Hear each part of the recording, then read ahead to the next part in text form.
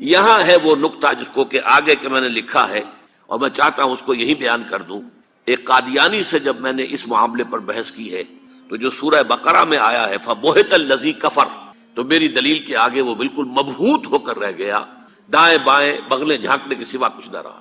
دیکھیے غلام احمد قادیانی نے اپنے فتنے کا آغاز کہاں سے کیا تھا یہ سمجھ لیے. پہلے وہ ایک مناظر تھے، بہت اچھے مناظر. غلام احمد قادیانی تھا کہنا چاہیے، غلطی سے طے کے بیٹھا ہوں. آریہ سماجیوں سے مناظرے کیے، عیسائیوں سے مناظرے کیے، مناظروں میں فتح حاصل کی، مسلمانوں کی آنکھوں کا تارا بن گئے، محبوب ہو گیا. اس کے بعد اس نے ایک فتنہ چھوڑا، ایک شوشہ چھوڑا.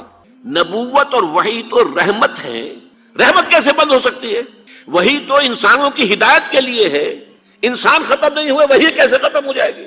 دیکھیے بظاہر یہاں دلیل ہے، اٹ اپیئرس کنونسنگ، بات سمجھ میں آتی ہے. یہیں سے یہ حل مل جائے گا آپ کو. کیا وجہ ہے کہ بڑے بڑے اعلیٰ تعلیم یافتہ لوگ جو ہیں اس کا شکار بن گئے. دنیا میں ایک ہی مسلمان نام کا سائنسدان جو ہے وہ آیا ہے ٹاپ پر، وہ قادیانی. ایک ہی مسلمانوں کا نام رکھنے والا جو ہے وہ international court of justice Hague کا جو ہے جج بنا ہے، وہ کون؟ قادیانی. ڈاکٹرز قادیانی، انجینئرز قادیانی، بڑے بڑے. یہ کیوں؟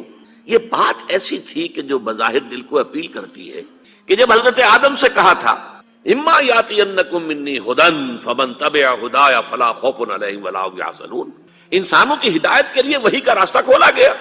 ابھی انسان ختم نہیں ہوئے، وحی کا کیسے دروازہ بند ہو جائے گا؟ اجرائے وحی کا پہلے شوشہ چھوڑا، اور جب وحی جاری ہے تو نبوت جاری ہے، لہذا پھر آخر میں آ کے نبوت کا دعویٰ کر دیا. اس نے ایک مسئلہ اور استعمال کیا. یہ اصل میں چالاک اور ہوشیار لوگوں کے معاملات ہوتے ہیں. عوام الناس کی نفسیات کو متاثر کرنے کے لیے ایک اور شوشہ چھوڑا. دیکھو یہ کیسے ہو سکتا ہے؟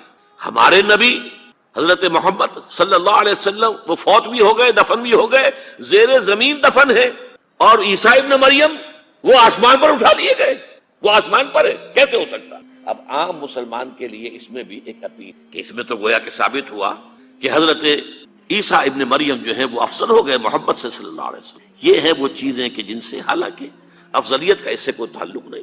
اصحاب کہف اگر 300 برس تک سوتے رہے تو اس میں کون سی افضلیت ہو گئی؟ کوئی افضلیت کا سوال نہیں. اس اعتبار سے حضرت عزیر کو اگر 100 برس تک مردہ رکھ کر اللہ نے دوبارہ زندہ کر دیا، کون سی افضلیت اس میں ہو جائے گی؟ اللہ کی قدرت ہے، اللہ کر سکتا. لیکن عام آدمی کو اپیل کرنے والی باتیں ہیں. لہذا اس نے شوشہ چھوڑا کہ نہیں یہ غلط ہے، یہ مولویوں کے ڈھکوسلے ہیں، یہ قرآن مجید میں صراحت کے ساتھ نہیں ہے، یہ حدیثوں کے اندر ہے، حدیثوں کے بارے میں جو ہے وہ ہم اطمینان نہیں کر سکتے کہ حضرت مسیح جو ہے وہ سولی نہیں چڑھائے گئے. وہ سولی چڑھائے گئے، وہ فوت نہیں ہوئے، البتہ زخمی ہو کر وہاں سے اتار لیے گئے تھے. پھر ان کا علاج معالجہ ہو گیا، پھر وہ علاقہ چھوڑ کر کشمیر میں آ گئے، یہاں آ کر ان کا انتقال ہو گیا، یہاں دفن ہوئے، یہاں کشمیر میں ان کی قبر بھی موجود.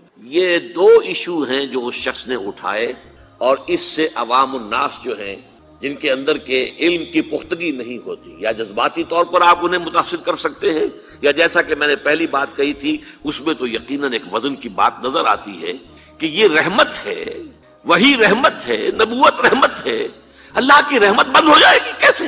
اب اس کا جواب ہے یہاں. میں نے اس قادیانی سے کہا کہ مجھے یہ بتاؤ کہ کیا تم یہ مانتے ہو کہ اللہ کی ہدایت قرآن میں کامل ہو گئی؟ انہوں نے کہا ہاں ہم مانتے ہیں، ہدایت کامل ہو گئی. میں نے کہا کیا تم یہ مانتے ہو کہ قرآن محفوظ ہے، اس میں تحریف نہیں ہوئی؟ یہاں مانتے ہیں قرآن محفوظ ہے، اس میں تحریف نہیں ہوئی. پھر میں نے کہا مجھے منطقی وجہ بتاؤ، پھر اس وحی کی کھڑکی کو کھلے رکھنے کا فائدہ کیا ہے؟ وہاں سے جو آنا تھا جو مکمل ہو گیا قرآن.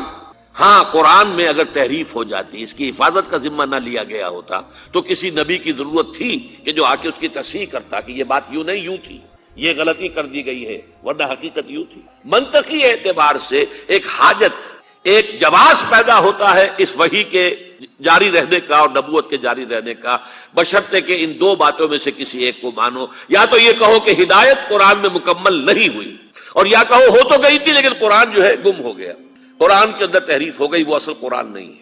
یہ دونوں باتیں نہیں مانتے تو مجھے بتاؤ عقلی اعتبار سے، منطقی اعتبار سے کہاں کوئی جواز پیدا ہوتا ہے اس کھڑکی کو کھلے رکھ دے. فَبُہِتَ الَّذِي كَفَرَ، جیسا کہ میں نے پہلے آپ کو بتایا بالکل مبہوت ہو گیا کہ واقعتاً آپ کی دلیل بہت مضبوط. تو یہ پہلی بات ہوئی. پہلا مظہر نبوت کی تکمیل کا کیا ہے کہ وہ ہدایت، فلسفیانہ ہدایت، ایمان کی ہدایت، فکری اور نظری ہدایت جو اللہ تعالیٰ نے انسانوں کو دینی تھی وہ قرآن میں مکمل ہو گئی. دوسرے دین حق دیا گیا، اور دین حق کی بھی تکمیل ہوئی ہے محمد الرسول اللہ پر صلی اللہ علیہ وسلم. اس کی آیت تو میں پہلے ہی آپ کو سنا چکا ہوں. الیوم اکملت لکم دینکم واتممت علیکم نعمتی ورضیت لکم الاسلام دینا. لیکن اس کے بھی پس منظر کو سمجھ لیجئے. جیسے انسان کے ذہنی ارتقاء کے مراحل آئے ہیں، فلسفیانہ شعور میں ترقی ہوئی ہے، اور ہوتے ہوتے وہ اپنے بلوغ کو پہنچا ہے، میچورٹی کو پہنچا ہے، ایسے ہی انسان کے اندر تمدنی طور پر ارتقاء ہوا ہے. ایک دور وہ تھا